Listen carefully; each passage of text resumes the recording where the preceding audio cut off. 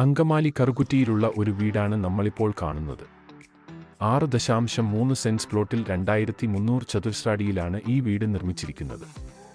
4.4 കിലോമീറ്ററിൽ അങ്കമാലി ടൗൺ എത്തിച്ചേരാവുന്നതാണ്. അടിസ്ഥാന സൗകര്യങ്ങളെല്ലാം 1 കിലോമീറ്ററിൽ ലഭിക്കുന്നു. 2 കാറുകൾ അനായാസം പാർക്ക് ചെയ്യാവുന്ന മുറ്റമാണ്. വീടിന് മുൻപിലൂടെ കടന്നു പോകുന്നത് സ്വകാര്യ വഴിയാണ്.